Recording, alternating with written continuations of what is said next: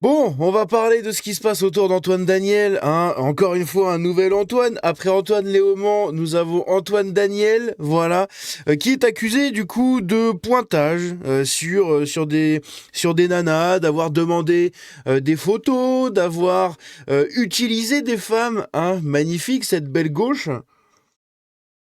Et pourquoi je dis cette belle gauche? Eh bien parce que dernièrement, le dernier clip que les gens ont vu de lui, enfin qui avait fait le tour un peu, c'était où il s'assumait être de gauche. Et maintenant, quelques jours plus tard, il y a tout ça qui sort avec pas mal de témoignages, etc. Bref, il commence à se faire aussi lourder par d'autres influenceurs. On va regarder tout ça. C'est encore une fois un gauchiste qui est devenu de gauche pour dissimuler des cadavres bien enfouis au fin fond de ses placards depuis une dizaine d'années. Et comme tout, un jour, la vérité se sait. Eh oui. Et on y est.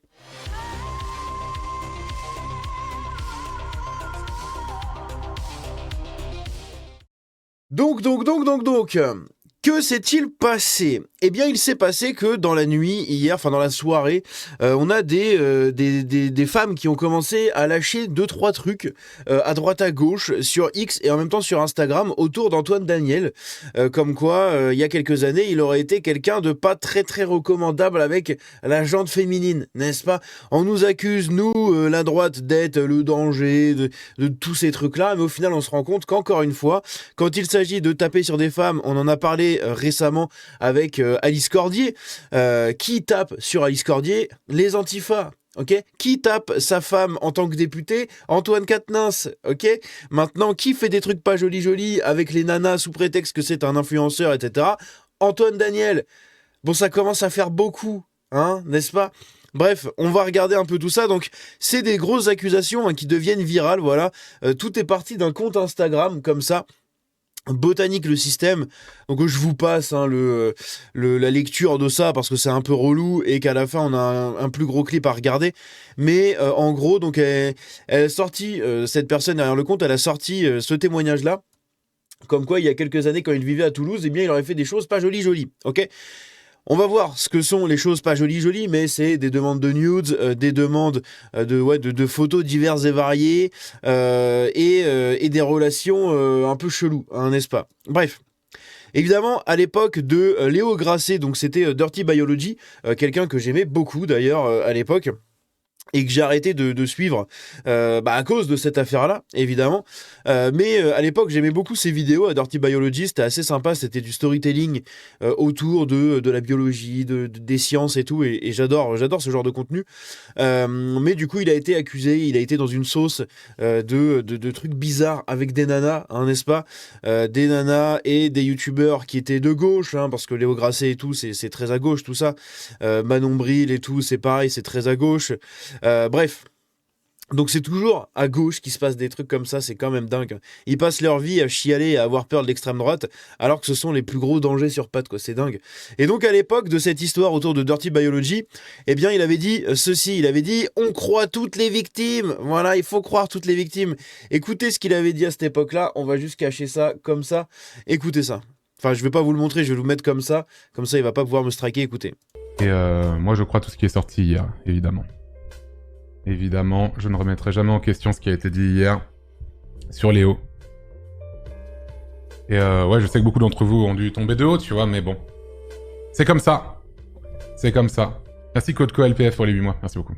Et Dan Masque les 11 mois, Arkia les 3 mois, merci beaucoup. Donc évidemment, tout mon soutien, of course. Donc voilà. Mais ouais, ça fait... Bref.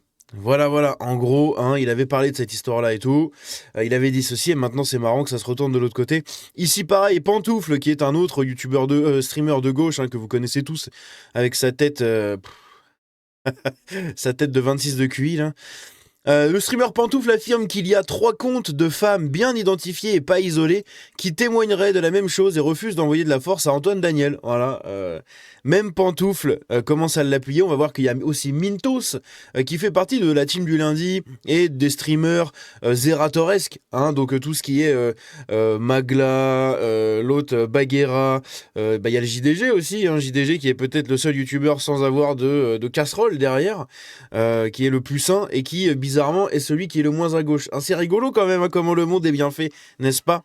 À côté, vous avez Zerator, il y a du coup Antoine Daniel, il y a Mintos, et puis il y a globalement tous ces gens-là, Étoile, etc. Toute ce groupe de streamers un peu relou, un peu mou, hein, que je ne comprends pas comment les gens peuvent regarder ça, mais bon bref. Et donc, eh bien, du coup, il y a Mintos aussi qui a réagi dans un clip. On va regarder ça juste après. D'abord, avant ça, on va regarder un témoignage de quelqu'un qui a donné ceci, hein, qui a donné ce témoignage-là. Et ça date d'il y a quelques mois, d'il y a 5 mois. Voilà, vous voyez ça, 5 mois. Je squatte ce commentaire, H34, pour raconter 2 histoires sur Antoine Daniel, que j'ai personnellement rencontré depuis plusieurs fois, car on fréquentait le même bar à l'époque. Je n'ai réellement échangé avec lui que 2 fois. Les 2 histoires datent de plus de 10 ans, et ça n'est pas du tout au niveau de la Edo V, mais ça reste un peu ennuyant à mes yeux. 1. Les 2 fois où je l'ai abordé, j'étais avec une amie fan du vidéaste, donc le métier, bref. En fait, c'est à cause d'elle qu'on est allé lui parler. La première rencontre était globalement normale. À la seconde rencontre, quand on est allé vers lui, il m'a totalement ignoré. Par contre, mon ami, il était en mode « Mais oui, je me souviens de toi, tu avais une robe verte ». Et il n'a pas arrêté de flirter, alors que elle voulait juste lui poser des questions techniques sur le métier. Il a parlé plusieurs fois du physique de mon ami, c'était plutôt gênant. Il est sorti avec une autre amie à moi, le monde est petit, dans le même bar, tout ça. Comprendre. Donc il couchait du coup avec lui en lui promettant « Je te jure, demain je rends notre couple officiel ». Il l'a évidemment fait poireauter des mois, puis il l'a dégagée quand elle est devenue trop insistante. Et oui, comme d'habitude. Pour lui, c'était juste un plan cul, mais il l'a fait espérer plus pour la garder sous le coude le plus longtemps possible. Alors, c'est pas un criminel, d'accord, plein de gars font ça, mais depuis, je ne peux plus l'encadrer et je ne rate pas une occasion de remettre ces histoires sur le tapis. Donc ça date d'il y a quelques mois. Il y a aussi des témoignages qui dataient d'il y a 5 ans, hein, enfin 6 ans du coup, de 2020. C'est assez fou quand même. Donc tout simplement le mec couchait avec une nana et à chaque fois il disait oui mais voilà je vais officialiser notre couple et tout, et puis il l'a pas fait, il s'en bat les couilles, hein. Ces gens-là ont un espèce pas de déni, mais vous savez, ils regardent leurs abonnés un peu de haut, voilà. Ils ont un dédain envers les gens qui est absolument catastrophique et répugnant. Ici, on a une tweetos, Gaï, qui nous dit « Il essayait d'obtenir des nudes de mineurs via Facebook aussi, genre par hasard, une photo de mes boobs. » Voilà, intéressant. Encore une fois, est-ce que c'est vrai, pas vrai, on n'en sait rien. Ici, c'est le clip de Mintos, on va regarder ça juste après. On a Gyo JV, Gyo Ouin pour ceux qui connaissent, hein. Quand j'étais encore dans la sphère jeux vidéo sur YouTube, c'est quelqu'un qui passait son temps à m'insulter, à me calomnier, etc., etc. Mais lui, c'est un gros débile, hein. C'est vraiment, je crois que, en fait, dans la sphère jeux vidéo, vidéaste, autour de l'actualité du jeu vidéo sur YouTube, je pense que Gyo, c'est l'un des plus teubés. Mais vraiment, c'est l'un de ceux qui a le moins de QI. Et pourtant, ils en ont pas un gros, hein, la plupart. Mais alors lui, je peux vous dire que lui, il a vraiment un QI qui frôle les pâquerettes, hein. C'est vraiment, hein. Bref, donc j'ai déjà fait plusieurs vidéos sur lui, mais voilà, en gros il dit « Très long tweet sur l'affaire Antoine Daniel, parce que ça me fout mal à l'aise ce genre d'affaire, je suis curieux d'avoir votre avis, blablabla, blablabla. » Donc il parle de tout ça et compagnie, et à la fin, qu'est-ce qu'il fait? Eh oui, parce que c'est un demeuré, il fait quoi? Il fait « Et ne me dites pas que c'est parce que Antoine est de gauche ou autre, on s'en fout. » Donc en gros, ne me dites pas... que tout simplement il soutient les victimes et tout parce qu'Antoine est de gauche. Non, on s'en fout. Et donc Guillaume nous dit « Je déteste Psychodélique et ça me fout mal à l'aise quand on balance des trucs sur sa façon d'éduquer son gosse sans aucune preuve. » Bref, donc le mec ramène ça quand même à « Ouais, Psychodélique, ouais, la droite, ouais. » Il passe son temps à faire ça, d'accord? Il y a un souci dans sa vie, c'est l'extrême droite et les racistes, hein, c'est... c'est un truc de fou. Donc évidemment, hein, il dit « Moi j'estime qu'on doit soutenir toutes les présumées victimes, etc. etc. » Bon bref, c'est Guillaume Ouin, mais c'est assez rigolo en fait qu'il ramène ça du coup à Psychodélique. C'est assez honteux, hein, n'est-ce pas? Ici, eh oui, on nous aurait donc menti. Imaginez donc qu'on apprenne que Jack Lang plus tard est financé par exemple, ou ait fait des dons au NFP, ça serait assez rigolo. Les accusations s'accumulent contre Cotino, Léaumont, Antoine Daniel, Jack Lang. Et si depuis le début, le NFP voulait dire le nouveau front édophile, incroyable ça. Je n'avais encore jamais pensé ce truc-là avec le NFP. Dis donc, c'est très intéressant, mais en fait, c'est surtout que au-delà du NFP, de la blague et tout, c'est qu'en fait, on se rend compte que c'est énormément de gauchistes. Alors, il y a Morandini. Morandini, c'est malheureusement l'exception qui confirme la règle, parce qu'évidemment, vous en avez des deux côtés, d'accord ? Mais il est vrai que beaucoup sont quand même vachement de ce côté-là, quoi. Beaucoup sont de ce côté-là. Donc, c'est assez catastrophique. Quand on voit ça, ok, la Cotino avec Manon Aubry, quand on voit Antoine Léaumont, quand on voit Antoine Daniel, putain, la photo d'Antoine Daniel. Ouah, au secours.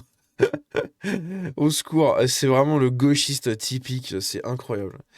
Et quand on voit celle-là, là, du coup, avec Merluche et Jack Lang, bref, c'est assez intéressant de se rendre compte qu'encore une fois, c'est toujours des gauchistes. Ici, Antoine Daniel, ami de Danny Caligula. Tiens donc, comme c'est bizarre. Bref. C'est dingue. Et donc ici, on va écouter vite fait l'extrait de Mintos. Voilà, vous pouvez mettre la vidéo en écoute, puisque je ne montrerai pas encore une fois cet extrait, parce que sinon on s'expose à un risque de copyright. Donc on va se mettre comme ça. Moi, j'ai pas beaucoup dormi, mais... Merde. Voilà, écoutez, influenceur, comme on dit, c'est dans les bons et les mauvais moments. Bon, là, il est plus mauvais. On parle de qui? On parle de DOS, qui sont tombés sur Antoine Daniel hier après-midi. Des accusations de, comment dire, de beaucoup de choses, de VSS, il y a moult années, il y a quelques années. Voilà, donc vous voyez les pincettes qu'il prend. J'avais prévu d'écouter tout ce vocal, enfin tout cet extrait. Bon, ça me casse les couilles en fait. C'est insupportable avec la musique en fond, comment il parle, comment il prend des pincettes. Parce que c'est son copain. Ah oui, c'est son copain, ils font partie de la même team de streamers. C'est très compliqué pour lui de se positionner là-dessus. Mais quand bien même, il dit ceci. J'aimerais avoir les deux sons de cloche et je pense qu'Antoine Daniel, il prendra la parole quand il estimera que ce sera le bon moment pour lui. Pour les accusations les plus graves, je n'étais pas au courant. Pour les autres accusations, j'avais vu les tweets à l'époque. Est-ce que je les ai pris assez au sérieux ? Je ne pense pas. Peut-être. Ça va être repris pour des fins politiques, plus ou moins, et des fins de blesser les gens. Je pense que je n'aurais pas été ami avec l'Antoine Daniel il y a 12-13 ans. Je le suis aujourd'hui, je pense que la personne a évolué. La team du lundi s'arrêtera. Il va sûrement y avoir une petite pause. Et oui, ils vont faire une pause, la team du lundi, puisque Antoine Daniel est en train d'être éclaboussé. Et en fait, le pire qu'on se rend compte, c'est qu'encore une fois, il est énormément éclaboussé, mais par la gauche, d'accord ? C'est pas par la droite. Nous, on constate ça avec nos yeux extérieurs, mais on ne fait pas partie de leur communauté, ni de leur cible, ni de leur audience. Sauf que tous ces gens-là se font lourder par leur audience, d'accord ? Ils se font exposer par leur audience.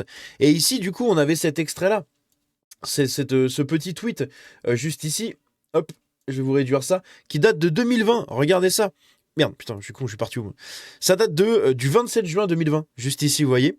27 juin 2020, où du coup on nous dit « Suite à une discussion des plus troublantes, je cherche des jeunes femmes qui auraient été approchées par le youtubeur Antoine Daniel et qui auraient subi du grooming de sa part. On pense qu'il y a peut-être d'autres personnes concernées. Merci. » Ah oui, ça datait déjà de 2020, il y avait déjà des trucs bizarres. Donc comme quoi, il a réussi à enterrer ses cadavres pendant un certain temps dans les placards, mais qu'au bout d'un moment, comme tout bon mort-vivant, bien les cadavres se réveillent. Voilà, les Winter is coming, n'est-ce pas ? C'est pas du tout parce que je suis en train de regarder Game of Thrones, c'est pas du tout pour ça. Enfin si, bien sûr, c'est pour ça que ça me vient en tête, mais voilà, c'est vraiment ça, c'est Winter is coming. Les marcheurs blancs ressortent des placards et 6 ans plus tard, ils t'éclaboussent la gueule et tu te manges tout un déchaînement de dénonciations, de trucs comme ça, parce que bah oui, tu fais partie de cette longue liste des gens de gauche accusés de trucs pas jolis. Avec les femmes et peut-être même des mineurs. Voilà. Donc on attendra d'avoir des preuves, potentiellement des captures d'écran, des discussions, des choses comme ça. On va voir ce qu'il va dire quand il va prendre la parole. Mais c'est assez catastrophique. Bref, dites-moi ce que vous en pensez dans les commentaires. On se dit à la prochaine.